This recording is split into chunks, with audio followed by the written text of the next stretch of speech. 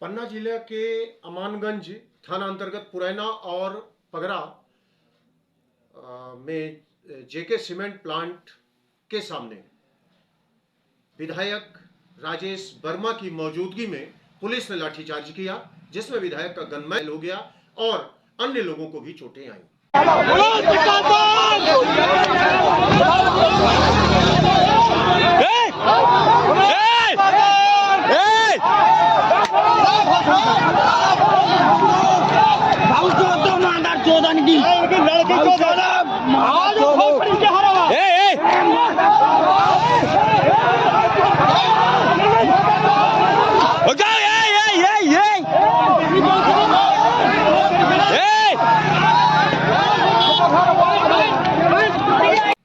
इस बात से नाराज विधायक धरने पर बैठे हुए हैं और विधायक का कहना है कि सक्षम अधिकारी जिसने लाठीचार्ज का आदेश दिया हो वो यहां आए और बताए कि लाठीचार्ज करने की ऐसी क्या जरूरत पड़ गई थी कि हमारी मौजूदगी में यहां प्रशासन फैक्ट्री के पक्ष में, जेके सीमेंट के पक्ष में खड़ा होकर और लाठीचार्ज करवा रहा है, ग्रामीणों पर लाठी बरसवा रहा है। इस संबंध में अमानगंज से जो खबर आई है उसमें बताया गया है कि एक 23 वर्षीय युवक शैलेंद्र है जो मोटरसाइकिल से जा रहा था, फैक्ट्री के वाहन ने पीछे से उसको ठोकर मार दिया और उसकी मौत हो गई। परिजन उसके शव को सड़क पर रखकर धरना दे रहे थे, फैक्ट्री प्रबंधन से उचित मुआवजे की मांग कर रहे थे। उनके साथ में गांव के लोग भी वहां शामिल थे। विधायक को जब इस बात की जानकारी लगी तो विधायक मौके पर आए और उन्होंने प्रयास किया कि शव को ले जाया जाए, अंतिम संस्कार हो और फैक्ट्री प्रबंधन उनको उचित मुआवजा दे, क्योंकि बर्बरतापूर्वक जो ट्रक और उनके बड़े बड़े टेलर, डंपर जो भी चल रहे हैं, बड़े वाहन, वो लोगों को रौंद रहे हैं। विधायक ने बताया कि आज तक में 25 लोगों की इनके दुर्घटना से मौत हो चुकी है। डंपर से 25वीं मौत हुई है इस क्षेत्र में।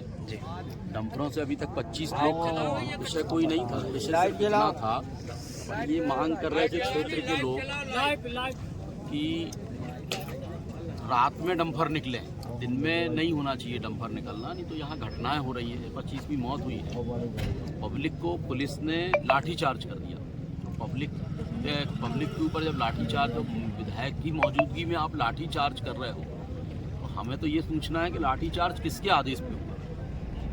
आज 2 घंटे 3 घंटे से डेड बॉडी लोग रखे बैठे थे, हम उसको निपटाने आए थे कि आपस में बातचीत करके अपन सुलह करा दें, लेकिन ये तरीका गलत है ना कि आप पब्लिक के ऊपर सीधा लाठीचार्ज करोगे। विधायक वहां पहुंचे, कुछ देर बाद अचानक कैसी परिस्थिति निर्मित हो गई कि विधायक के वहां रहते हुए पुलिस को लाठीचार्ज करनी पड़ी।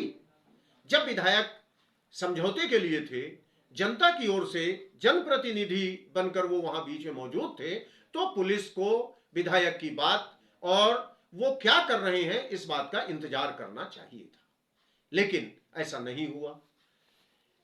विधायक तुरंत वहां धरने पर बैठ गए और अभी भी धरने पर बैठे हैं। उनका कहना है कि जिसने भी लाठीचार्ज का आदेश दिया हो वो व्यक्ति सामने आए। हो गई दोपहर से चल रहा है। साहब को बुलवाओ ना, एसपी साहब आप क्या हैं जिनसे हमारी रेगुलर बातचीत है। इतने बड़े अधिकारी है कि चैम्बर से नहीं निकल सकते। क्यों नहीं निकल सकते? आज तो माननीय मुख्यमंत्री महोदय की बैठक थी, इसीलिए। अब तो फोन पे बात कर रहे हैं, तो किसके आदेश पे लाठीचार्ज हो रहा है? ये कौन है जो इसने आदेश दिया कि लाठीचार्ज करो?